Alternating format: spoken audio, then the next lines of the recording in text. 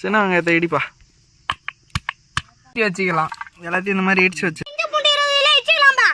இடிப்பா. இஞ்சி பூண்டு பேஸ்ட் போட்டுடலாம்பா. ஒரு முட்டை உப்பு போட்டுக்கலாம். எப்ப இடிச்ச மசாலா போட்டுடலாம்பா. இப்ப சிக்கன் லெக் பீஸை போட்டுடலாம்பா. இப்ப சிக்கன் மசாலா போட்டுடலாம்பா. மிளகாத்தூள் போட்டுடலாம்பா.